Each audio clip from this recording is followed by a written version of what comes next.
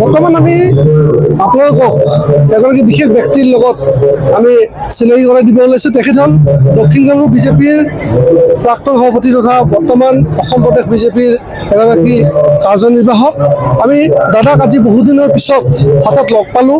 আমি ৰামপুৰ খেলপথাৰত তেখেতক আজি লগ পালোঁ আৰু তেখেতৰ পৰা 2026 নিৰ্বাচনত তেওঁ কেনেকৈ কি ক'ত ব্যস্ত হৈ আছে আমি জানিবৰ কাৰণে আমি চেষ্টা কৰোঁ। দাদা, আপোনাক স্বাগতম জনাইছোঁ।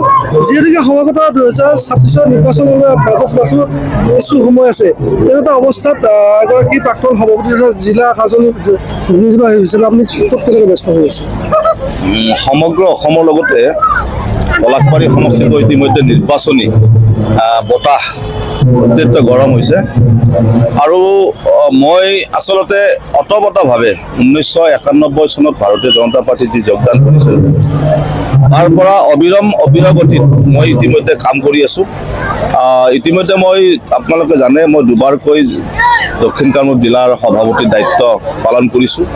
ইয়াৰ পিছতে মোক ৰাজ্যিক কাৰ্যনিৰ্বাহক আৰু বিভিন্ন জিলাত বজালী জিলাত প্ৰভাৰী, ইয়াৰ পিছতে আমাৰ ধুবুৰী জিলাত সাংগঠনিক নিৰ্বাচনত DRO হিচাপে মোক দায়িত্ব দিছিলে আৰু বিভিন্ন ৰাজ্যিক সমিতিয়ে মোক দায়িত্ব দিছে।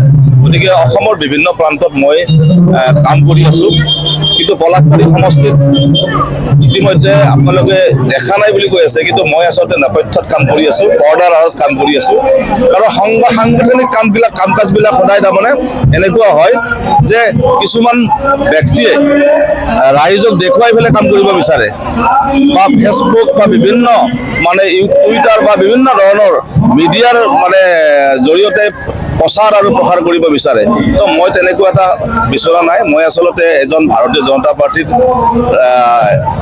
অত্যন্ত আত্মবিশ্বাসী আৰু দলটোৰ প্ৰতি শ্ৰদ্ধা ভক্তি ৰাখি মই কাম কৰোঁ আৰু মই ইতিমধ্যে আমাৰ সংঘৰ কাৰ্যকৰ্তাসকলৰ লেখীয়াকৈ মই ইতিমধ্যে বুথে বুথে গৈছোঁ আৰু বুথত মোৰ ইতিমধ্যে মোক সমষ্টিত দায়িত্বও দিছে মাননীয় দিলীপ শইকীয়া ডাঙৰীয়াই যে আমাৰ আগন্তুক 2026 নিৰ্বাচনৰ সমষ্টিৰ সংযোজক হিচাপে মোক দায়িত্ব দিছে আৰু সেই দায়িত্ব পোৱাৰ পিছত ইতিমধ্যে মই মণ্ডল আৰু বুথ পৰ্যায়ত ইতিমধ্যে মই কাম কৰি আছোঁ আৰু মই বিশেষকৈ বেছি মোৰ নিজস্ব প্ৰচাৰটো মই কৰিব বিচৰা নাই।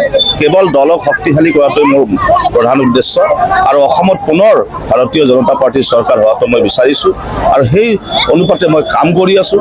আৰু পলাশবাৰী সমষ্টিত ৰাজনৈতিক প্ৰেক্ষাপটৰ ক্ষেত্ৰত মোক যদি আপোনালোকে সোধে যে বৰ্তমান পলাশবাৰী সমষ্টিত যিকোনো এগৰাকী ব্যক্তিকে প্ৰাৰ্থিত্ব দিলেই বিজয়ী হ'ব। ইয়াত যিহেতুকে আমাৰ সমগ্ৰ পলাশবাৰী সমষ্টিত বিৰোধী সম্পূৰ্ণ বিফল হৈছে আৰু ইয়াত ভাৰতীয় জনতা পাৰ্টীৰ প্ৰতি মানুহৰ মাননীয় মুখ্যমন্ত্ৰী ডাঙৰীয়া হিমন্ত বিশ্ব শৰ্মা ডাঙৰীয়াৰ নেতৃত্বত যি উন্নয়ন আৰু বিকাশ হৈছে, ভাৰতৰ প্ৰধানমন্ত্ৰী নৰেন্দ্ৰ মোদী ডাঙৰীয়াই যি উন্নয়ন আৰু বিকাশ কৰিছে তাৰ প্ৰতি লক্ষ্য ৰাখি ইতিমধ্যে অসমৰ লগতে পলাশবাৰী সমষ্টিবাসী ৰাইজেও ইতিমধ্যে আপ্লুত হৈছে আৰু ইতিমধ্যে 2016 চনত ভোট দিবৰ কাৰণে 2026 চনত ভোট দিবৰ কাৰণে ইতিমধ্যে ৰাইজ সাজু হৈ আছে। কেৱল প্ৰাৰ্থী দলে যাকেই নিৰ্বাচন কৰে তেওঁ ইতিমধ্যে নিৰ্বাচনত জয়ী হ'ব বুলি মই ক'ব পাৰোঁ। আমি শুনিব পোৱা মতে এইবেলি পলাশবাৰীত প্ৰায় 12জন প্ৰাৰ্থীয়ে নিৰ্বাচনী বছৰত ব্যস্ত। তেখেত টিকেটৰ দাবীদাৰ বুলি তেওঁলোকে ক'ব বিচাৰে। আপুনি তেনেকুৱা লিষ্টত আপোনাৰ নামো আছে বুলি ক'ব বিচাৰে নেকি? নাই, মই আচলতে 12জন প্ৰাৰ্থিত্ব বিচাৰিছে। প্ৰাৰ্থিত্ব বিচৰাটো এটা গণতান্ত্ৰিক এখন দেশত, গণতান্ত্ৰিক এটা দলত প্ৰাৰ্থী বিচৰাটো মানে কোনো এনেকুৱা অপৰাধ নহয়। প্ৰাৰ্থিত্ব বিচাৰিব পাৰে, কিন্তু মই প্ৰাৰ্থিত্ব বিচৰা নাই। কাৰণ মই 1991 চনৰ পৰা 96ৰ পৰা যেতিয়া আমাৰ পলাশবাৰী সমষ্টিত আমি বিধানসভা নিৰ্বাচনৰ প্ৰথম পাতনি মেলো, তেতিয়াৰ পৰা মই 96ৰ পৰা মই প্ৰতিটা নিৰ্বাচনত মই সন্মুখত থাকি নেতৃত্ব দি পেলাই কাম কৰি আহিছোঁ আৰু এইবাৰো মই সন্মুখত থাকি নেতৃত্ব দি কাম কৰিম আৰু বিজয়ী কৰাৰ লক্ষ্যৰে কাম কৰিম আৰু মই কোনো প্ৰাৰ্থিত্ব বিচৰা নাই। আমি পোনপটীয়াভাৱে আপোনাৰ পৰা জানিব বিচাৰিম, যিহেতুকে মূল যুঁজখন আমি এতিয়া 4জন ব্যক্তিৰ মাজতে আমি দেখিবলৈ পাইছোঁ আৰু নতুনকৈ এগৰাকী আহিছে যদিও তেওঁ বিশেষ চৰ্চাত নাই, কিন্তু 4গৰাকী ব্যক্তিৰ নাম আমি বিশেষকৈ ল'ব লাগিব। হেমাংগ, বৰ্তমানৰ বিধায়কগৰাকী হেমাংগ ঠাকুৰীয়া ডাঙৰীয়া, হিমাংশু শেখৰ বৈশ্য ডাঙৰীয়া, অনুপ কুমাৰ মেধি ডাঙৰীয়া আৰু আমাৰ হিতেশ কলিতা ডাঙৰীয়া। এই 4গৰাকীৰ ভিতৰত আপুনি কাক বেছি যোগ্য বুলি ভাবে? নাই, আচলতে তেনেকৈ যোগ্য বুলি কোৱাটো উচিত নহয়, কাৰণ যোগ্যতা সকলোৰো আছে, কিন্তু মই ক'লে নহ'ব। পলাশবাৰীৰ ৰাইজে এইবাৰ কাক বিচাৰিছে সেইটোৰ ওপৰত কথা হ'ব। পলাশবাৰী জনতাই কাক এইবাৰ বিচাৰিছে বিধায়ক হিচাপে সেইটোহে আচল কথা। গতিকে আমি আজি এই ক্ষেত্ৰত কোৱাটো উচিত নহয়, কাৰণ মোৰ ক্ষেত্ৰত মানে মোৰ যিবিলাক প্ৰাৰ্থিত্ব সকলোৱে বিচাৰিছে, যিবিলাকে বিচাৰিছে প্ৰত্যেকে যোগ্য ব্যক্তিয়ে টিকট বিচাৰিছে।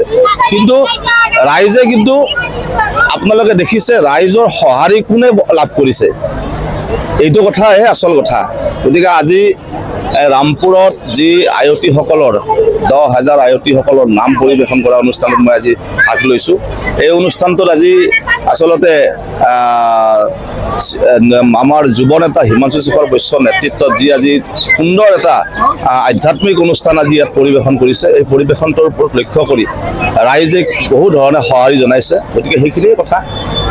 যিহেতুকে পলাশবাৰী সমষ্টি নহয়, সমগ্ৰ অসমত যেতিয়া বিজেপি শূন্য আছিল 91 আপুনি যিটো ক'লে বা 96 চনৰ পৰা আপোনালোকে কেণ্ডিডেট দিলে, তেনেকুৱা অৱস্থাৰ পৰা আহি 2026 পালে আহি তেনেকুৱা অৱস্থাত আপুনিতো বহু সময় ধৰি বিজেপিক নেতৃত্ব দিছে সন্মুখৰ পৰা আমি দেখি আহিছোঁ।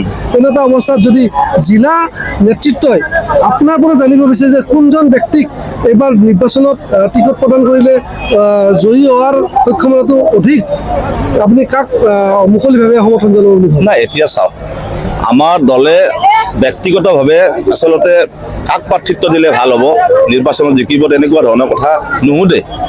কিন্তু কিছুমান ভিতৰুৱাকে আমাৰ যিবিলাক ছাৰ্ভে কয়, দিল্লীৰ পৰাও ইতিমধ্যে ছাৰ্ভে আহিছে। ইতিমধ্যে আৰু অসমৰো বিভিন্ন সংঘ পৰিবাৰৰ ইত্যাদিকৈ বিশেষ ব্যক্তিসকলে এটা অবজাৰ্ভ কৰি আছে বা ছাৰ্ভে কৰি আছে। ছাৰ্ভেত অকল আমাকে নহয়, সমগ্ৰ ৰাইজকো এই কথাবিলাক সুধিব। কিন্তু মোৰ তাতে দুটাকে ছাৰ্ভে আহিছে। ছাৰ্ভেত আচলতে মই কাক প্ৰাৰ্থিত্ব দিব লাগে, কেনেকুৱা ব্যক্তি প্ৰাৰ্থিত্ব পালে আমি নিৰ্বাচনত জয়ী হ'ম, তেনেকুৱা কথাবিলাক তেওঁলোকক কোৱা হৈছে। কিন্তু মই মুকলিকৈ কোৱাটো উচিত নহয়। যিহেতুকে দক্ষিণ কামৰূপ জিলাৰ আপুনি দুবাৰকৈ সভাপতিৰ দৰে এটা গুৰুত্বপূৰ্ণ বিষয়ৰ ওপৰত অধিষ্ঠিত হৈ আছিলে, এতিয়া যিহেতুকে পলাশবাৰী সমষ্টি একাংশ আমাৰ ছয়গাঁও সোমাই গ'ল, তাত বিজেপি দলে কেনেকুৱা ধৰণৰ ভোট পাব বুলি আপুনি আশা কৰিছে? আমাৰ পলাশবাৰী সমষ্টিত ছয়গাঁও সমষ্টিৰ পৰা 3খন পঞ্চায়ত আহিছে আৰু পশ্চিম গুৱাহাটীৰ পৰা 3খন পঞ্চায়ত আহিছে। এই গোটেই 6খন পঞ্চায়তৰ যিমানখিনি ভোট আছে, আমি ইতিমধ্যে সাংগঠনিক মাধ্যমেৰে ৰাণী অঞ্চললৈ গৈছোঁ। ৰাণী অঞ্চলৰ 3খন পঞ্চায়তৰ লগতো কথা পাতিছোঁ। ছয়গাঁও সমষ্টিৰ 3খন পঞ্চায়তৰ কাৰ্যকৰ্তাৰ লগতো কথা পাতিছোঁ। যথেষ্ট সঁহাৰি আছে, তেওঁলোকৰ সমৰ্থন আছে বিজেপিৰ প্ৰতি। গতিকে আমাক কোনো ক্ষেত্ৰতে তেওঁলোকে হেৰি নকৰে, ভাল ধৰণে তেওঁলোকে কাম কৰিও আছে। আৰু সেই 3খন আৰু ইভাগে 3খন 6খন পঞ্চায়তত আমি ভাল সঁহাৰি লাভ কৰিব পাৰিম। মূল কথা হৈছে কি যে মই আজি এটা কথাই গৌৰৱ কৰোঁ যে 96ত আমাৰ দীনেশ চৌধুৰী ডাঙৰীয়াই 96 আৰু 2001ত তেওঁ দুবাৰ খেলিছে, 2বাৰ হাৰিছে। তেতিয়া আমাৰ সংগঠন একেবাৰে মানে নিম্ন খাপৰ সংগঠন আছিল। আমাৰ 2006ত আমি হৰেন্দ্ৰ পাঠকে খেলিছিল, তেতিয়াও আমি হাৰিছোঁ। 2011তো হেমাংগ ঠাকুৰে খেলিছিল, তেতিয়াও আমি হাৰিছোঁ। 2016ত আমি আমাৰ প্ৰণৱ কলিতা ডাঙৰীয়াক যেতিয়া প্ৰাৰ্থিত্ব দিলোঁ, তেতিয়া আমি আমাৰ সমষ্টিক আমি বিজেপিৰ পক্ষলৈ ঘূৰাই আনিবলৈ কাৰণে সক্ষম হ'লোঁ। আৰু 2021তো হেমাংগ ঠাকুৰীয়া প্ৰাৰ্থিত্ব পোৱাৰ পিছত 2021তো আমাৰ সমষ্টিটো বিজেপি দখললৈ আনিব পাৰোঁ। আৰু আজিও আমি ক'ব পাৰোঁ 2026তো পলাশবাৰী সমষ্টিটো বিজেপি দখললৈ আহিব, সেইটো নিশ্চিত। গতিকে আমাৰ কেৱল এতিয়া পলাশবাৰী সমষ্টিৰ ৰাইজ আৰু ভাৰতীয় জনতা পাৰ্টীৰ কৰ্মীয়ে কেৱল অপেক্ষাত আছে যে কোন হ'ব পলাশবাৰী সমষ্টিৰ প্ৰাৰ্থী, সেই অপেক্ষাত আছে আজি। এইখিনিতে এটা কথা চৰ্চা চলিছে যে বাহিৰৰ প্ৰাৰ্থী কোনোবা আনিব নেকি, কিন্তু পলাশবাৰী সমষ্টি আমি দেখি আহিছোঁ 2001ৰ পৰা 2016 চনলৈকে নিৰ্দলীয় প্ৰাৰ্থীয়ে পলাশবাৰী সমষ্টিক প্ৰতিনিধিত্ব কৰি আহিছে। তেনেকুৱা অৱস্থাত যদি নেতৃত্বই এনেকুৱা এটা সিদ্ধান্ত লয়, লোকেলক অগ্ৰাধিকাৰ নিদি বাহিৰক কোনোবা অগ্ৰাধিকাৰ দিব বুলি কিবা এটা সিদ্ধান্ত লয়, তেতিয়াহ'লে বিজেপিৰ ক্ষতি হ'ব বুলি আপুনি ভাবে নেকি? পলাশবাৰী সমষ্টিৰ জনতাই পূৰ্বৰ পৰা ইতিমধ্যে স্থানীয় প্ৰাৰ্থীক মানে অগ্ৰাধিকাৰ দি আহিছে। কিন্তু আজি ভাৰতীয় জনতা পাৰ্টীৰ যিটো উন্নয়ন আৰু বিকাশ হৈছে, ভাৰতীয় জনতা পাৰ্টীৰ দলক অসমৰ ৰাইজৰ লগতে পলাশবাৰী সমষ্টিৰ ৰাইজেও যে ভাৰতীয় জনতা পাৰ্টীৰ চৰকাৰ হোৱাটো বিচাৰে, তেনেকুৱা ক্ষেত্ৰত যদি কোনোবা উপযুক্ত প্ৰাৰ্থীও আহে তেতিয়াহ'লে এই ক্ষেত্ৰত কোনো দ্বিমত নাথাকিব বুলি ভাবোঁ। কিন্তু গৰিষ্ঠ সংখ্যক পলাশবাৰী সমষ্টিৰ ৰাইজে কিন্তু স্থানীয় প্ৰাৰ্থী হোৱাটো বিচাৰে। কাৰণ ইয়াৰ আগতে স্থানীয় প্ৰাৰ্থী আমাৰ হৰেন্দ্ৰনাথ তালুকদাৰ আছিল এটা সময়ত, যতীন মালী আছিলে, বা আমাৰ প্ৰণৱ কলিতাই 3বাৰকৈ বিধায়ক হৈছে। ঠিক তেনেকুৱা পৰিৱেশত স্থানীয় প্ৰাৰ্থীৰ প্ৰতি মানুহৰ এটা আকৰ্ষণ আছে, স্থানীয় প্ৰাৰ্থী হোৱাটো বিচাৰে। গতিকে আমিও আশা কৰোঁ যে ৰাতিপুৱাই গধূলিয়ে যিকোনো সময়তে যাতে বিপদে আপদে বা উন্নয়নৰ যিকোনো কামৰ ক্ষেত্ৰতে স্থানীয় বিধায়কগৰাকীক লগ পায়, তেনেকুৱা এটা পৰিৱেশ থকা ব্যক্তিক টিকট দিলে ভাল হয়। এইখিনি এটা কথা জানিব বিচাৰিম, যিহেতুকে আজি আপুনি আইমাতৃৰ এটা সমাৰোহত উপস্থিত হৈছেহি, আজি আমি হঠাৎ লগ পালোঁ। এগৰাকী জ্যেষ্ঠ বিজেপি কৰ্মী হিচাপে এই আমি নিৰ্বাচনী কুচকাৱাজ বুলি ধৰিব পাৰোঁ নেকি? আচলতে এইটো এটা আধ্যাত্মিক অনুষ্ঠান, আৰু নিৰ্বাচনৰ প্ৰাকখনত যেতিয়া যিকোনো কাৰ্যসূচীকে মানুহে নিৰ্বাচনী প্ৰলোভন বুলি ভাবি লয়, কিন্তু আচলতে তেনেকুৱা এটা হয় যেন বুলি মই ভবা নাই। কাৰণ এইটো এটা আধ্যাত্মিক অনুষ্ঠান। আধ্যাত্মিক অনুষ্ঠানত আজি পলাশবাৰী সমষ্টিত 10,000 আই মাতৃ ইয়াত উপস্থিত হৈছে আৰু হৰিৰ নাম গাইছে। গতিকে আমাৰ অসমৰ সাম্প্ৰতিক পৰিস্থিতিৰ প্ৰতি লক্ষ্য ৰাখি হৰিনামৰ খুবেই প্ৰয়োজন বুলি পেলাই অনুভৱ কৰিয়ে হয়তো এই অনুষ্ঠানটো আজি উদ্যোক্তাসকলে অনুষ্ঠিত কৰিছে। এয়া আছিল দক্ষিণ অসম বিজেপিৰ প্ৰাক্তন সভাপতি তথা বৰ্তমান জিলা বিজেপিৰ এগৰাকী জ্যেষ্ঠ কৰ্মকৰ্তা, সদস্য। আমি তেখেতক আজি বহুদিনৰ মূৰত আমি হঠাৎ লগ পালোঁ ৰামপুৰ খেলপথাৰত, আৰু তেখেতৰ যোগেদি আমি কিছু কথা জানিবলৈ চেষ্টা কৰিলোঁ। আৰু অনাগত সময়ত আমি নিশ্চয় বিজেপি দলৰ একাংশ নেতৃত্বক লগ ধৰি ৰাইজক আৰু জানিবলগীয়া কিছু কথা আমি জনাবলৈ চেষ্টা কৰিম। আৰু এইখিনিকে পাবলৈ ধন্যবাদ।